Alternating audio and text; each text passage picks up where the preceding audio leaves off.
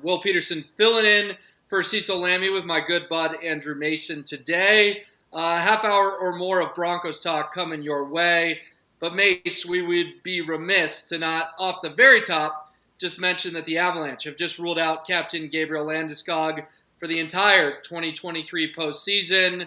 You can read more about it shortly at denversports.com. But clearly, Mace, I'll just get a very quick thought from you. A big blow to their chances of repeating as back-to-back Stanley Cup champions.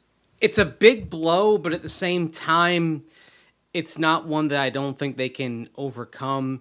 If there's one thing you look back on now, it's that they didn't use the cap space that was available to maybe get a little more. Now, there was only so much they could do at the trade deadline because they've traded so many draft picks from future years. So they were a little hamstrung, but you kind of wish that they could have done that same kind of manipulation that Tampa Bay did with Nikita Kucherov a couple of years ago when he missed the regular season, and then they got him back for the playoffs. So that's the only thing that you kind of look back on and say, if only. But it's still a team that's playing well, that's peaking, and they've had a chance to adjust to life without Gabe. So it's tough to not have him back, but I still think this team's got so many pieces and can make a really deep run. Yeah, I hear you. I think you make all valid points. They're in a position to win the division without him. He hasn't skated all year. So that, again, is a tough blow. You can read more about it shortly at denversports.com. But this is Orange and Blue Today, where we talk about the Denver Broncos. And, Mace, I want to start with some comments that Keyshawn Johnson made on NFL Live.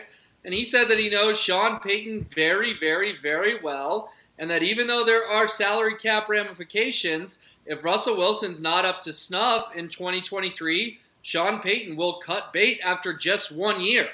Do you think there's a chance that Sean Payton and Russell Wilson, the era, if you will be a one and done in Denver, or is the $85 million in dead cap simply too much to overcome? Of course there is, and I think we've talked about it for months, not necessarily in regard to Sean Payton, but just the overall structure of the contract, that there's that moment before the fifth day of the league year where if you move on from Russell Wilson, you accept the cost, but it doesn't get worse.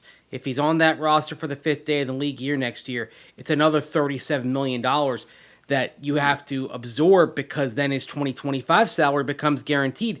So because of that, it really is a 1 year trial for Russell Wilson with Sean Payton because you don't want to do any more damage. Look, it'll hurt if you have to move on from Russell Wilson, right?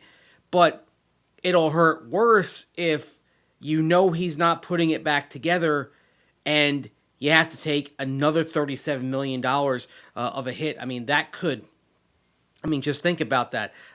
If you look at the Broncos free agents, $37 million, that could get you two really good offensive linemen and then maybe a running back, right? I mean, that is a number that has some value to it. So I completely buy. Yeah, I completely buy into what Keyshawn Johnson is saying. I completely get that because it just goes hand in hand what we've been talking about. All right, I'm going to read a little more from Keyshawn Johnson here. He says, I think he can certainly fix him, and if he doesn't, it won't be on Sean Payton. It would be on Russell Wilson. I think when you look at Sean Payton's history at the quarterback position, he's done a tremendous job getting QBs ready to play, getting QBs ready to have Hall of Fame careers like Drew Brees. So basically, he's saying if Sean Payton can't fix Russell Wilson, Mace, no one can.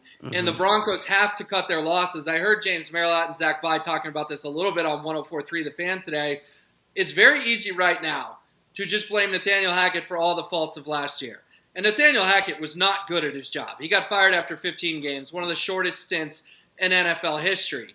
But there would be no one who would say, if Russ is bad in 23, that, we should give him 24 to see if he can regain his old form. If you're looking at that, then Russ was part of the problem in 22. He can't have 2 bad years in a row and you say, well, it was Hackett's fault and now it's Payton's fault, but it was never Russ's fault. This is a make or break season for him. And as Keyshawn says, if Sean Payton can't fix him, no one can. Well, part of the reason why he changed coaches, in addition to just the various management failures of Nathaniel Hackett, was because you kind of need to find out on Russell Wilson, right? You need to say, okay, is it Russ or was the coaching that bad? And so you bring in somebody like Sean Payton who has been successful working with quarterbacks. I mean, I'll go all the way back to when he was the offensive coordinator of the New York Giants back in the 2000 season. Kerry Collins was not somebody who was well thought of at that point. He'd washed out in Carolina. He'd had a brief stint in New Orleans. He ends up taking the Giants all the way to the Super Bowl with Sean Payton whispering the play calls in his ear. So between that, between developing Tony Romo in Dallas, and obviously Payton wasn't the head coach when Romo got his shot, but he did all the development over 3 years with Romo, taking Drew Brees to another level. You can look at all these examples. Even the Saints getting some really good play out of Jameis Winston before injury struck Winston. I mean, when Jameis was out there playing for Sean Payton, he looked like he'd been fixed. Yeah.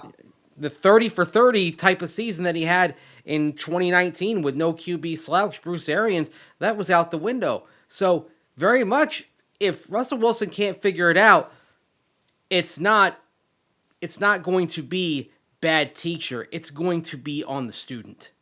At that point, then you'll know. Yeah, and I think too with Russ, like Mace, what's his NFL future if this doesn't work out this year? He'll be a very rich man. Obviously, there's like 160 million guaranteed in that extension he signed that hasn't even kicked in yet. But would he even get another starting job if the Broncos moved on? Would he be looked at as a backup? Would Russ have too much pride to hold a clipboard? I know we're living in giant hypotheticals, but it goes again to show you how critical this is, not just for his short-term future, but his legacy and literally his career in the NFL this upcoming season. Somebody would take a flyer on him. I'm convinced of that. It wouldn't be as a starter. Yeah, as a starter. It wouldn't be with a contract that looked anything like the one the Broncos gave him. But quarterback play at a high level is so hard to find that there would be a team that rolled the dice. It's the cliche, it only takes one, right? Somebody would take a chance on Russell Wilson, and then if he didn't work out, or if he did work out when he went somebody else, then that would lead to a whole other conversation, right? But I think it might, if that happens, it might take a while to actually manifest itself into a contract, because I think teams are going to have some pause about doing it.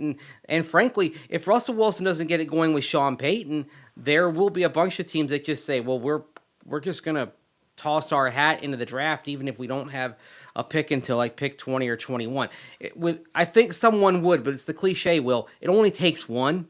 Right. But I think most teams would probably look at Russell Wilson, if he struggles this year with Sean Payton, and say, well, if Sean Payton can't get him going, he's probably pretty well washed. Yeah, and that's where I guess I'll disagree with you a little bit. I think if he can't figure it out with Sean, I don't think there would be one. I just don't see a scenario where any team would hitch their wagon to Russell Wilson's our starter in 2024. Maybe they bring him in a competition, something like that. But, man, I can't see, if it looks as bad as it did this year and the Broncos eat all that money to get out of the contract, that any other team would say, yeah, the Broncos just suffered through 2 awful years with Russell Wilson, but let's see if we can fix him after he hasn't been the same guy since really the early parts of 2021. That's a long gap in the NFL world for a guy to suddenly find it again. It is, Will, but you underestimate the arrogance of people in the NFL. Okay. Even though Sean Payton is well respected for his ability with quarterbacks, there's going to be someone who looks at Russell Wilson and says, I can fix him. I can get him right. And everyone's always looking for a shortcut to success if they're not successful. Look, it was one of the reasons why the Broncos traded for Russell Wilson, right? Oh, yeah.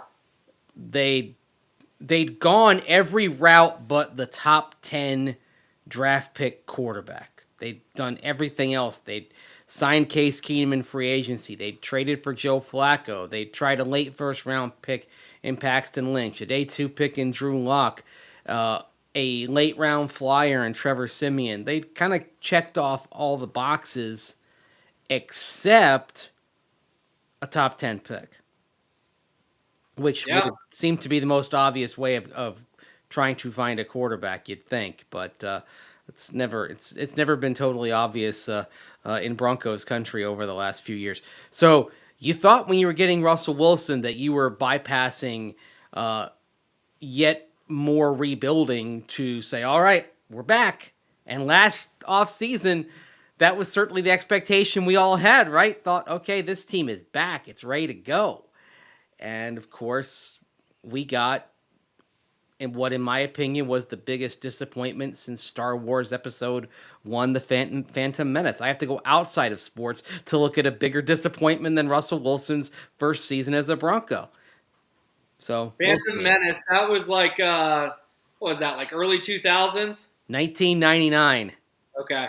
Yeah. I remember I was a fairly little kid, and it had all kinds of hype, and I think it was a big swing and a miss, Mace. Yeah, it was. And so far, Russell Wilson's a big swing and a miss. But hey, the Star Wars franchise eventually recovered from that. It's one of the most lucrative properties in entertainment now. So maybe Russell Wilson can recover as well, but you're going to need him to recover sooner. You're going to need him to recover this year. And look, if the team struggles and Russell Wilson struggles, I mean, I don't want to think about it, but if this Bronco team is 3-7 and Wilson isn't playing well, I think we're going to see Jarrett Stidham.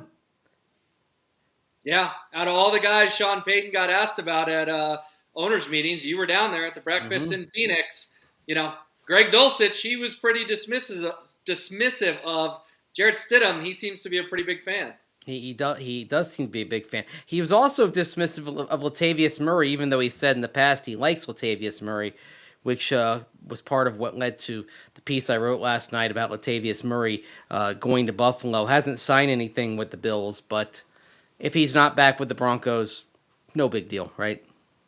Yeah, I would encourage people to go check that out at denversports.com. All right, Mace, you also wrote a column about how the Broncos are working in silence, staying silent.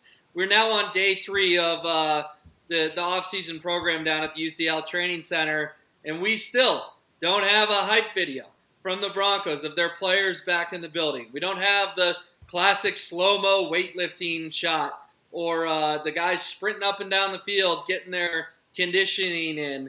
Clearly what Sean Payton said at his opening presser about anonymous donors and working in silence is been passed along to the team.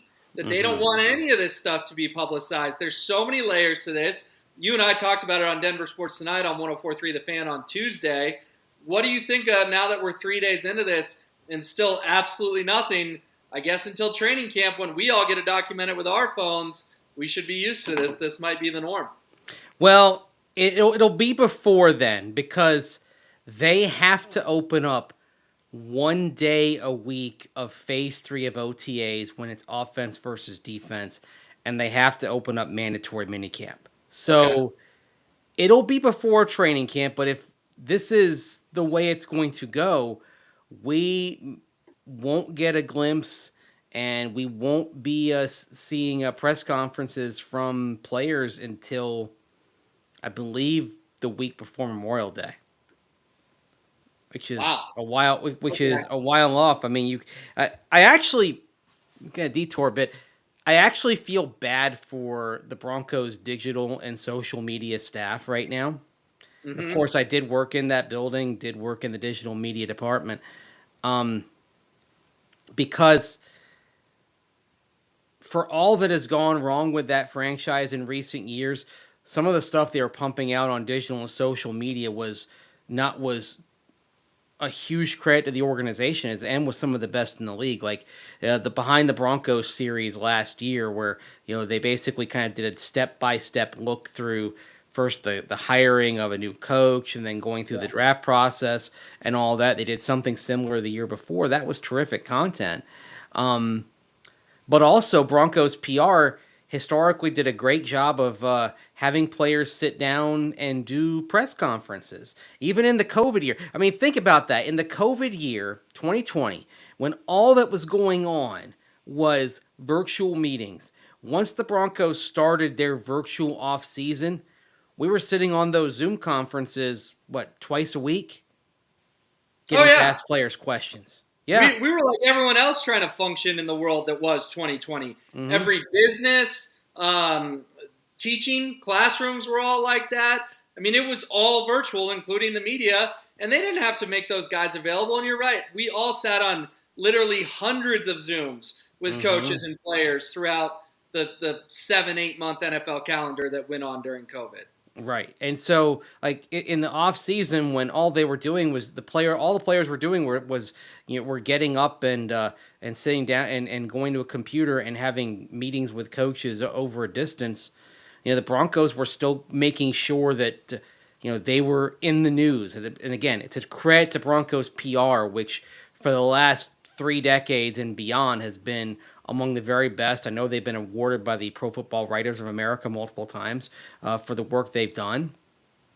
And so, I mean, this is a Sean Payton thing. Let's make it clear Right. because the Broncos have had different regimes, different coaches, different styles, but that access generally remained the same over the years. And now it's gone. And while I understand the rationale of Sean Payton for doing this, look, team has struggled the last few years. The hype videos have only gotten people hyped about nothing happening. They were Yeah. basically like movie trailers that get you really excited, and then you go see the movie and it's a dud.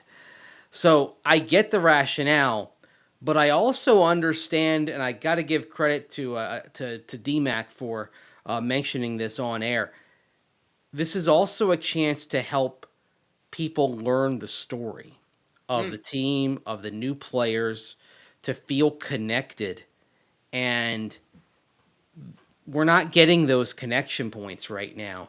And I do wonder if they continue basically kind of going underground for the next few weeks.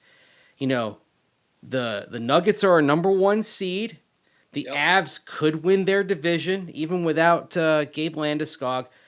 Both of them could be will be favorites in the postseason. And if these teams have deep runs, and the Broncos are just kind of doing the quiet off season, it'll be interesting to see kind of what sort of reception occurs when the Broncos do kind of pop their head out first for the draft and then for off-season work, especially if the Nuggets and Avs are going to conference finals and beyond. It, it's Yeah. it's very different for this market because one thing about the Denver market is despite other teams doing well, the Broncos always did such an excellent job of kind of maintaining that drumbeat and okay, it could be the middle of an Abs playoff run, but then you go down to UC Health Training Center on a Tuesday, and the media room is packed, and the biggest media event in town is Tim Patrick answering questions, right? Yep. I mean, and not to denigrate Tim Patrick, I think Tim's pretty fabulous when he gets up there because he doesn't have much of a filter, and he is willing to share a lot of things. So that being said, we're not seeing that right now. I mean, there's the story of how the Avs, for a long time when they were winning, they kind of did the bare minimum that they were required to. And then what happens is if you do the bare minimum, when struggles come eventually, start asking, hey, why don't you come out as much? Why don't you give the attention? So it's something where if the Broncos win this year, good, it'll work out fine. But if the Broncos struggle this year, not being as visible in the offseason could cause some problems. Yeah, we've always been a football town, and we're still a football town. And you're making all good points here, but the reality is they've had 7 seasons in a row without the playoffs, 6 losing years in a row, and the Nuggets and Avs are at their peak. The Avs just won a cup. The Nuggets are the number 1 seed for the first time in their NBA existence. And you're right, Mace. If the Nuggets and Avs both exit earlier than they should, then whatever. focus will shift solely back to those Broncos events in May that we'll all be at.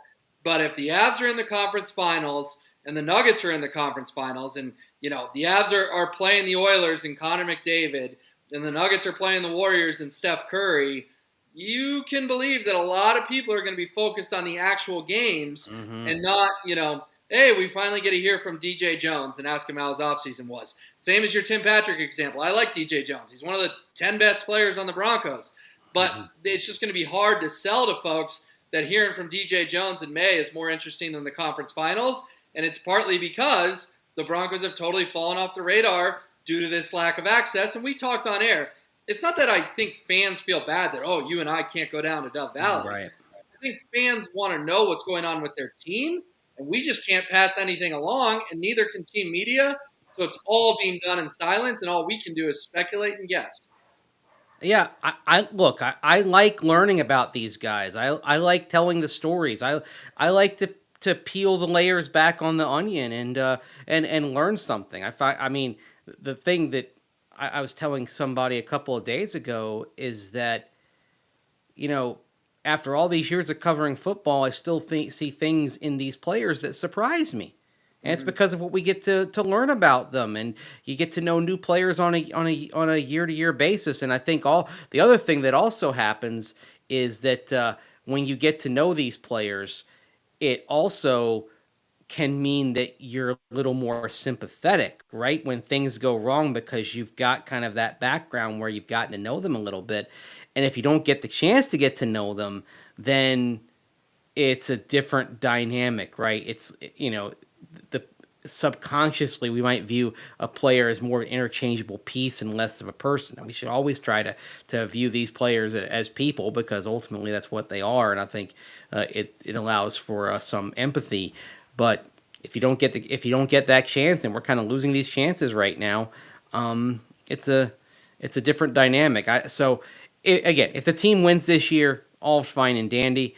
But it's something really different that I think this fan base, forget about the media, I think the fan base isn't used to it as well, because we've been conditioned to have a lot of stuff pumped out publicly.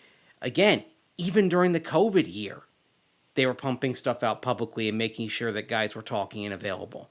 And because the NFL is big, there's no doubt, but you do have to work at it. And one of the things the NFL has done so well over the years to create this year-round behemoth is by having a lot of these access points and by pumping stuff out. And so here it is this week, first week of workouts. In a normal year, we would have probably talked to 2 or 3 players. We would have seen some video and some photos on the team digital channels, social channels. And this year, bupkis. It's different. It's going to take some getting used to. All right, we will get to our final topic on the show today, and that is, was the Broncos buy a steal for the Walton Penner family ownership group? Listen, when you buy a team for $4.5 billion, that's not necessarily going to be a steal. $4.65 billion, the most expensive sale in North American sports history. But we find out today, Mace, that Josh Harris, who was a candidate to buy the Broncos, Philadelphia 76ers co-owner, along with Magic Johnson, they are going to buy the Washington Commanders from Daniel Snyder for $6 billion. So less than a year later, the Commanders go for $1.35 more than the Broncos. Makes it look like maybe the Broncos went for great value to the Walton Penner family ownership group, Mace? Maybe. I mean, it's a slightly different dynamic because the Washington market is bigger than the Denver market, but this is a distressed asset. I mean, you've got a facility that the NFLPA survey was just revealed to be one of the worst in football. You got a stadium that every year in recent years we're seeing viral videos of something falling apart, right? Like there was when the Eagles fans leaned over and the railing collapsed. There was a burst pipe that was pouring sewage into the club level at one point. You look at this, it's like, if there's a fixer-upper franchise in the NFL, it's the Washington Commanders, right? Normally, Yeah. the fixer-upper, you get a bargain price. No, I mean the Broncos have some issues, but the stadium is in relatively good shape. The facility is in relatively good shape. They put a lot of renovations into it. I mean the thing that's kind of hard to work around the facility is the size of the locker room, but the field house is in good shape. Yada yada yada. The Broncos were not a distressed asset. The Washington Commanders are, and they're going to go for $1.4 billion more, and whoever takes over is looking at basically they're going to have to probably build a new stadium somewhere in the DMV. I mean, yeah, it absolutely looks like the Walton Penner Group got a great value on the Broncos because if Washington is worth 6.05 billion, the Broncos at minimum, even in a much smaller market, the Broncos would be worth 5.5 billion, right? Oh yeah. I The mean, Walton Penner Group could sell this thing tomorrow and make $1 billion, Mace. right, make $1 billion For owning it for 9 months. in exactly not even a year. And the other thing is, I mean, if you're another owner of an NFL team, and this is one of the things I actually wrote in the piece that I'm going to be publishing here at denversports.com not long after the show, is if you're an owner of and you're maybe a cash poor owner, you might look at this as okay, this might be a cash out point here because I think now even the low end franchises in this league, like Cincinnati Bengals, for example, I think the Bengals could even get $4 billion. Yeah. They're, And Mike Brown could use the cash, right? That's right. his name, correct? Yeah. Yeah, Mike Brown. The other thing that could come into play, and this is something that may be spurred by some of those owners who don't have a lot of cash, is that you're relatively speaking, they all have cash, but don't have like Walton Penner money. Is that if you're the NFL right now and you see these values, you haven't expanded in 21 years. Mm. If I'm ownership with some of these teams, I'm getting on the phone to Roger Goodell and saying, maybe this is a good chance to get some huge expansion fees because basically what this is telling you is you could probably add 4 franchises at $6 or $7 billion a pop. And that money would go straight into the coffers of owners. It would be divided 32 ways, but let's say you have 4 expansion franchises, 6.5 billion each. $26 billion divided by 32 means everyone's walking away with another $800 million. And I mean that, if you're Mike Brown, if you're the Rooney family, if you're the Adams Strunks in Tennessee, go down the list. That's a kind of cash that you put into your coffers that can allow you to set up your franchise to keep it in your family and then continue bellying up to the cash machine that running an NFL team basically is. And we're running out of time, so we'll go quick on this, but where would those 4 teams go in theory? Like, to me, I immediately go to Portland, Oregon, just because Northwest, Seattle, great fan base, Portland up there. But then do you look at a Mexico City? Do you look at a London if you go international? Where else in America is there a massive void? Would a team in Mississippi or Arkansas get supported? Or are those two college football crazy? I guess, when you bring up expansion, Mace, thinking about that just gets my mind rolling. Okay, well, Mississippi and Arkansas, you don't have any markets large enough, so let's cancel those out. I think you would see I mean, but Buffalo's not large. Jacksonville's not large. Yeah, but they Green would. Bay's not large. Hey, if they could take the Jaguars and move them to Orlando tomorrow, they would. Mm-hmm. Like that's one where you look back on that and say, okay, fine, not a bad idea to put a 3rd team in Florida. We went to the wrong city. Right. Should have gone to Orlando because you look at what's going on in Las Vegas in terms of how you have these package deals and people fly out for games. You can do a family version of that in Orlando.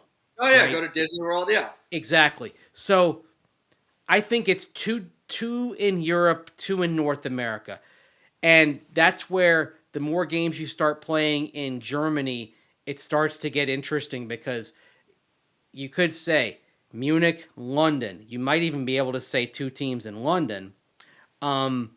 Over here, it'd be interesting. You mentioned Portland. I think St. Louis and San Diego would be in the mix as well. True. They got their Um, teams taken from them. right. I mentioned Orlando. I think you'd have to take a look at them, even though Tampa's only 70 miles down the road. I mean, look, Baltimore and Washington aren't separated by much, and and no one's trying to move the Commanders. I think also to mention a city that got mentioned in connection with Major League Baseball this week, Salt Lake City, I think, could be in the mix as well. And maybe if you're looking at smaller markets, one off, you look at cities that have huge corporate bases that are kind of beyond their population. The one that has always kind of gone through my mind is Omaha, Nebraska, which has a huge corporate presence, corporate headquarters presence. So in Yep. other words, it's a city where you'd be able to sell those luxury boxes because you got plenty of money in Omaha, and it'd be a smaller market, but it's also a football passionate market. So that's a place that I think you might look at and say, okay, as a dark horse, if you were to expand. All right, cool. Well, fun food for thought as we move forward as the Commanders will be sold for a little north of $6 billion. That's going to do it for us. He's Andrew. I'm Will. Cecil will be back tomorrow. Thanks for watching Orange and Blue today. We'll catch you next time, everyone.